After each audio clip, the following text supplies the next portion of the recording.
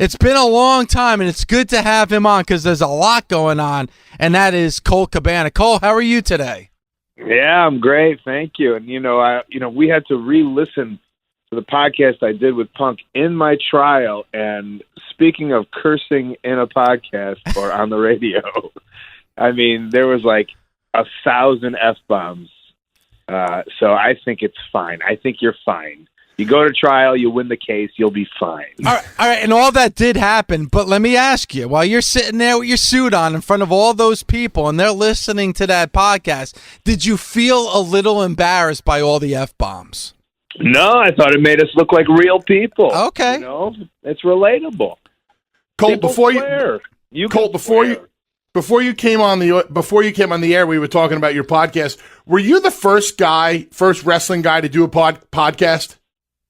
So, I mean, in this new era of podcasting, yes. But, I mean, people, podcasts have been happening since, like, the Internet started. All it is putting an MP3 on the Internet. So, years ago, like D'Lo Brown and Dr. Tom and Gary Wolf, like, they dabbled with it. But I was kind of the first person to do wrestler-to-wrestler long-form podcasting and stay with it in this new era. Because, like, there was a big podcasting boom in about 2009 is kind of when it really started in the comedy world, and it really started taking off. And so mine started in 2010.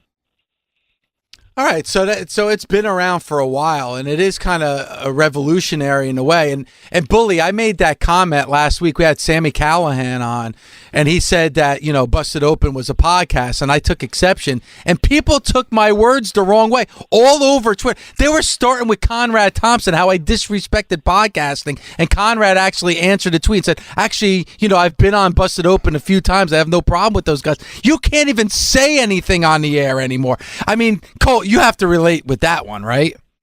Yeah, there was a time where the term podcast was taboo. It was frowned upon. I remember when I started mine, like my buddy said, you shouldn't call it a podcast. That sounds nerdy. You should call it a radio show. And I was like, no, I believe in the podcast. So, Colt, let me get right into a couple things. First of all, congratulations. You won your case. I'm sure you feel very good about it. What terms, if any, friendship-wise, cordially, are you and Punk on right now? Well, you're hitting those hard questions, Bully. Look at you. You're a journalist now. You put on the cans and you take off the spandex and you get right into it, don't you? I never wore spandex, thank God. I saw Dreamer in spandex one time. It wasn't a pretty sight. Yeah, I mean we're what we are, Yeah, that doesn't answer the question. If you're going to make fun of me about being a broadcast guy and a journalist guy, at least some kind of answer. I mean, are you at least cordial now to one another? Yes, of course we are. But you're not friends again. Like sometimes life incidents like this actually bring people back together or closer together. So that's all I'm wondering. I'm sure we're like me and Punk is like you and Taz probably. Oh, so it's really bad, huh? So what you're saying is that you may not be going out and having dinner together, but you have a mutual respect for one another. Yeah, we're friends. Okay, so they're friends, Bully. Doesn't sound like they're friends. Kind of like you and I. You and I are friends. You're not going to invite me over to the house or anything like that, but we're friends. Did you guys have to work together to win this case, or was it a question of you had your own counsel, he had his own counsel, and they're the only ones that conversed, or did you guys have to get in a room together? No, we had separate counsels, and I think it was reported like when all the lawyers would go out for a sidebar, which is a term I didn't know before. It's kind of when all the lawyers want to discuss something with the judge about the rules, and they don't want to do it in front of the jury, so they kind of like leave the room, and so it just would leave me, Punk, and Eamon there, just sitting there. We would talk about like what's going on, like if this was good, and I mean, it's not like we knew what we were doing legal wise. So, but we would converse and kind of like kind of stir up strategy a little bit, to the best we could. How surreal was it to be in that courtroom, based on, you have your podcast, you did a show, and just how surreal was the whole process of, finding out about these accusations and then going through this court case, and how taxing was it on you physically and emotionally? Yeah, I mean, it didn't hit me, and, a lot of people have been really, raving about the podcast I did this week, The Art of Wrestling, where I kind of broke down day by day what it was like to go through this trial. And that's episode 11 on my podcast. I recommend everyone listening to it, where I for the past 3.5 years, I've just kind of taken it as it is, and I walk through my life and no problem. But the moment I kind of started stepping into the court, I didn't realize the impact it would have on my body and just everything. Like, my mind was fine. It was just saying, yeah, let's just get through this. But my body really did shut down. And to this day, it hasn't even been a week. I'm still feeling the effects, and I'm still very drained, and it hasn't been fun. And I didn't expect it. I really didn't. But I had no control over it. My mind was telling me one thing, but my body was telling me something else. As the case was going on, was there any one point or another where you felt, wow, things are not going so well, or, hey, this is going really good for us? Yeah, never did I mean, I knew the points that they had, and that's, there's this thing called deposition, which I guess I wasn't really familiar with before, where they sit you in a room for 5 hours and ask you all the questions, and then they realize the answers that they would want if they would ask you in court. So I knew all the answers that, that they could get from me, so there's nothing like mind shattering or rattling to me. But I knew that, I don't know. I always thought it was kind of, I didn't think that I should have been in that court case. I didn't think I should be there. I always thought I had a strong case. My lawyer thought I had a strong case. And at the end, when the jury came out, they all said, we couldn't believe you were even in this thing. They all said, in our mind, within 5 minutes of this trial, you were fine. So, if the verdict would have come out in the doctor's favor, how much would you have been on the hook for? What percentage? So my understanding was like $3.9 million or something for each case against me, or for each count, and there was 2 counts, so that would have been approximately $8 million, and then punitive damages, which can be up to 10 times what those are. So, kind of, I kind of made a statement or whatever, like something around $30 or $40 million is what he wanted from me. And I remember being like, when the case came out, he was seeking $1 million, and I was just thinking, like, $1 million, like all this work of wrestling my whole life, and like he wants $1 million. Like, I just have to start over from scratch and go into bankruptcy and all this stuff. I remember it weighing on my mind so much, even though I knew like I'd be fine, but just being like, if the worst case possible, $1 million.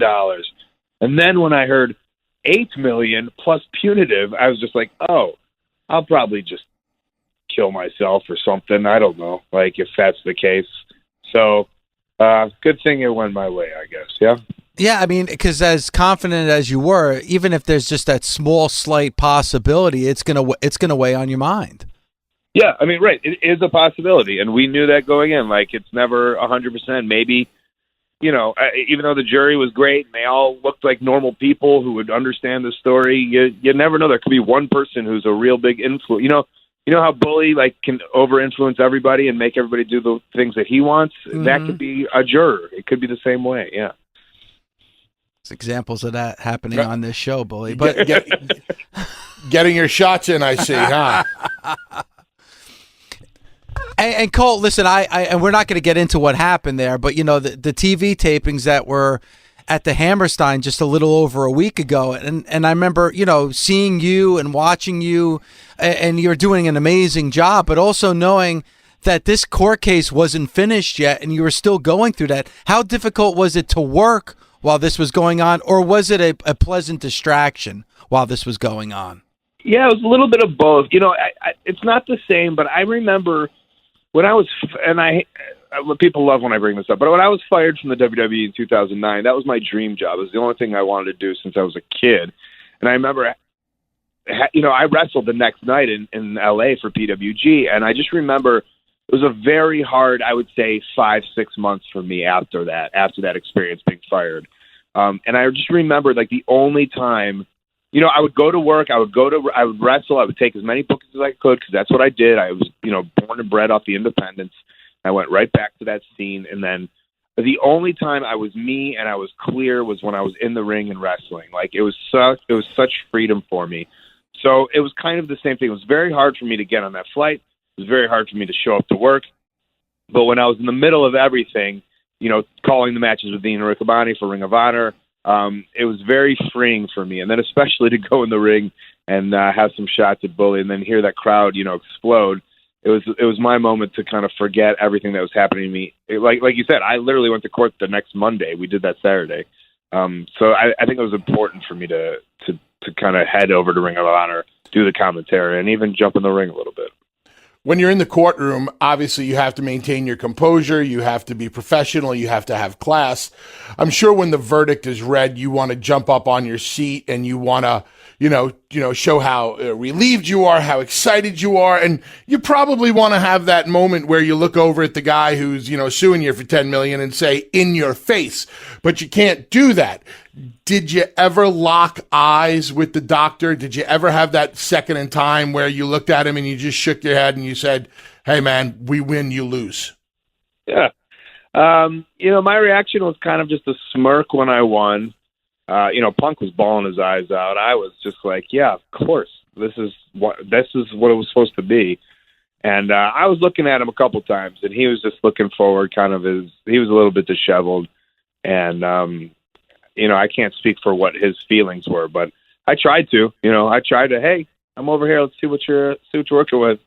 But he was just kind of eyes forward and kind of in a daze a little bit. I mean, and you mentioned about Punk. I mean, how difficult must it have been for him to step into an octagon, just a couple of days after all this thing, after this finally completed? I'm sure that took a toll on him as well. Yeah, I just, like I said, I know what my body was going through, and I didn't expect it. But maybe, I know this case has taken a bigger toll on him through the whole time, as opposed to where it really wasn't. I mean, it was hurting me a little bit, but it really didn't hit me until we got to trial. But he could have been the opposite. So, this could have been these could have been feelings he's had for years now. Mm-hmm. But I just know if I was to fight, I wrestled for Chikara on Saturday. I did 3 matches, and I was ready to quit wrestling. So I can only imagine how he felt. With a lot of the conversation over the past week about Punk, especially on this show, you obviously were close to him. I'm assuming you're still kind of close to him. Do you ever see him getting back in a wrestling ring? That's what you're asking, Bully? Come on. Oh, I don't know, man. Colt, stop dancing around. Stop dancing around questions. No, answer legit. I'm taking shots at you here. Don't stop taking shots at me, because once I get in the locker room, I'll just take a shot at your face. Easy. Okay, shut up, Dave. This is between wrestlers. He's a guest. Dave, stop being don't be a pussy. Whoa. Whoa. I'm asking you a legit question based on your relationship. Do you ever? It's not a definite yes or no, but do you think he still has a passion for it? Do you think that I think all the passion's been stripped away, especially from this case. I think he has no desire to ever go to WWE, but it's all, you never know. In 10 years, something could be different. His mindset could be different.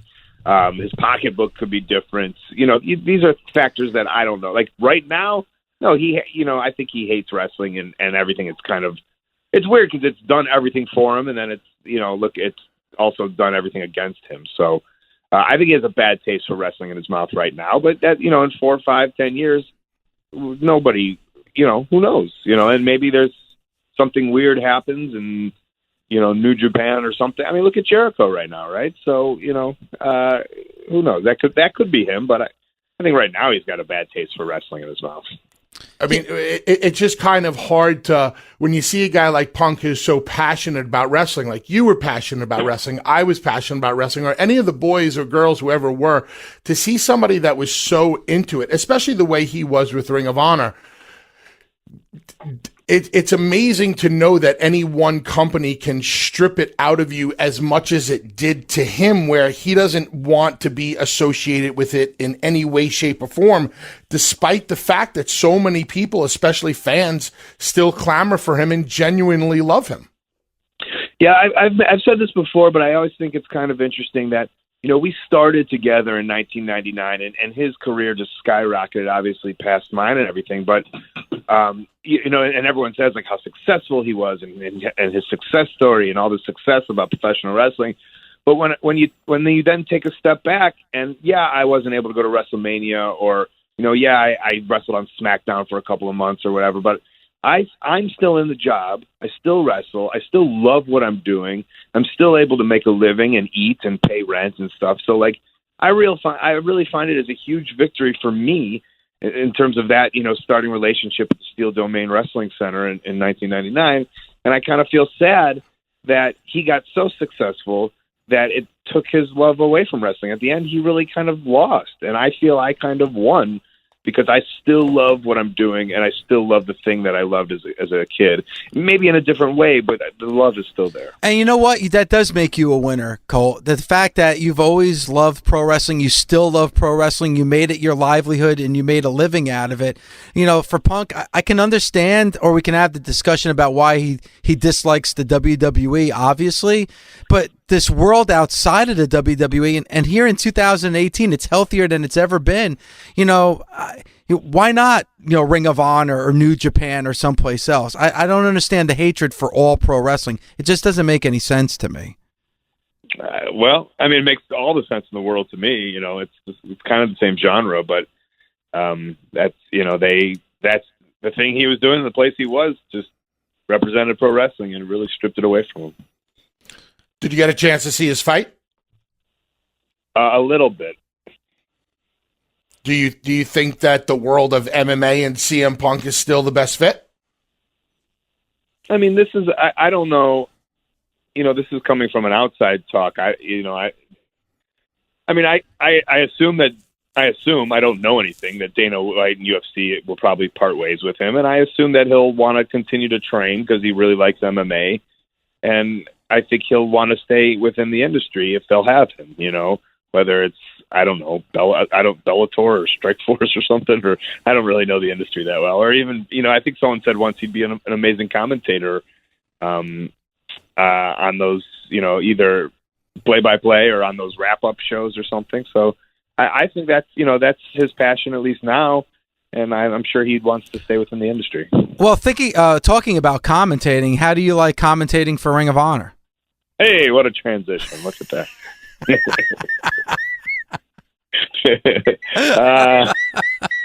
Thank you.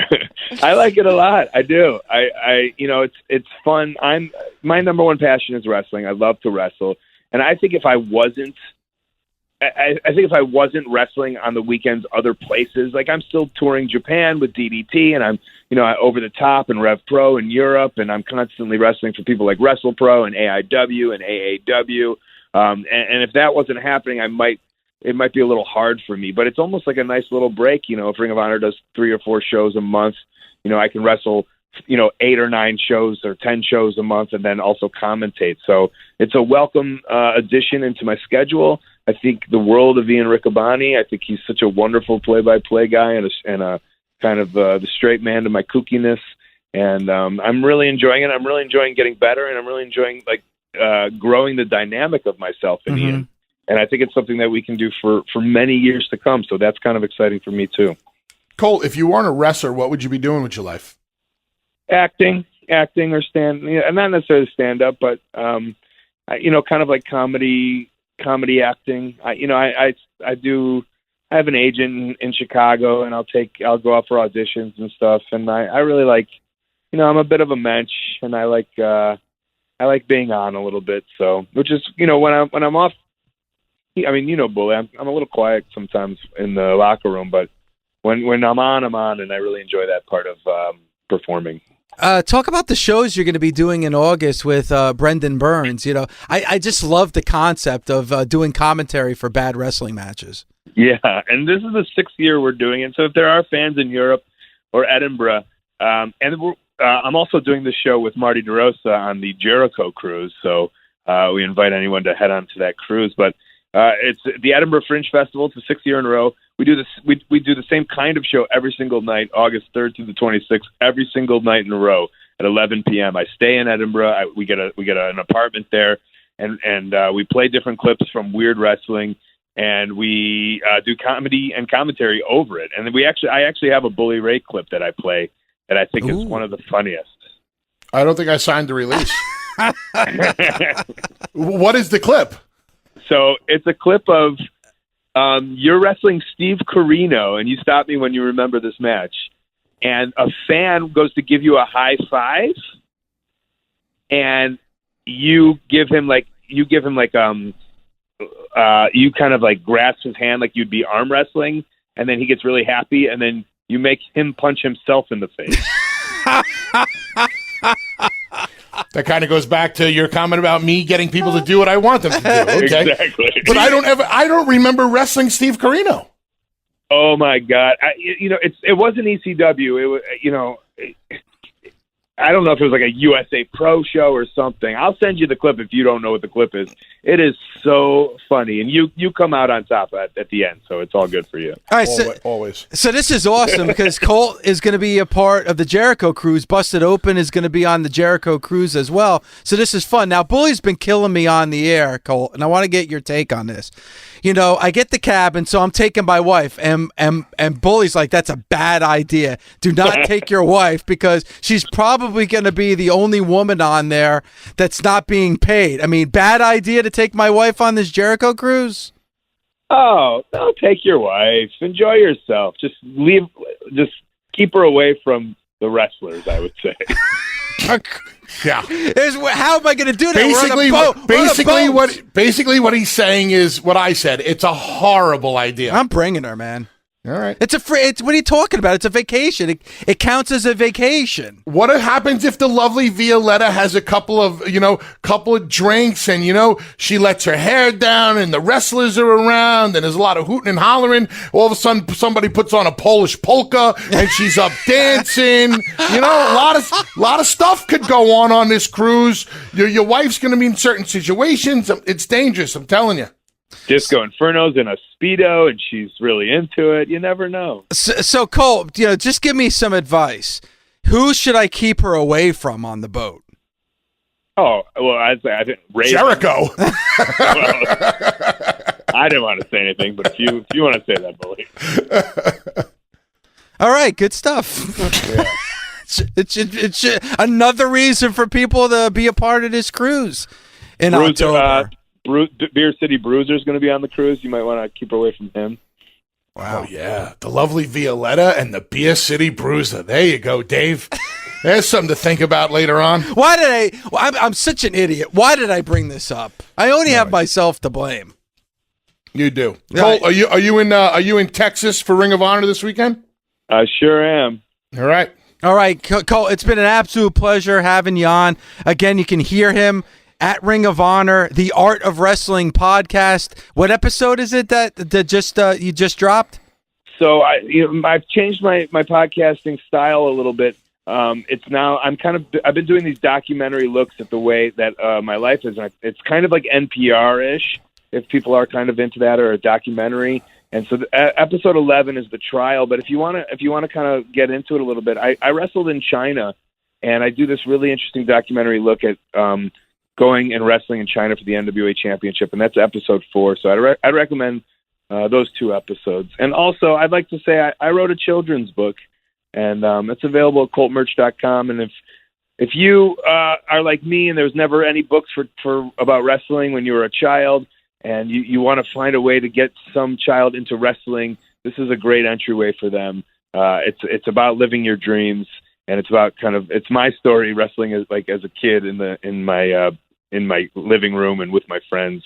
I'd love for anybody to read it to their children. All right, awesome. We will definitely promote that here on the show. And Colt, it's been an absolute pleasure having you on, my friend. Thank you for the honesty and thank you for the time. Yeah, thank you, gentlemen, and enjoy radioing.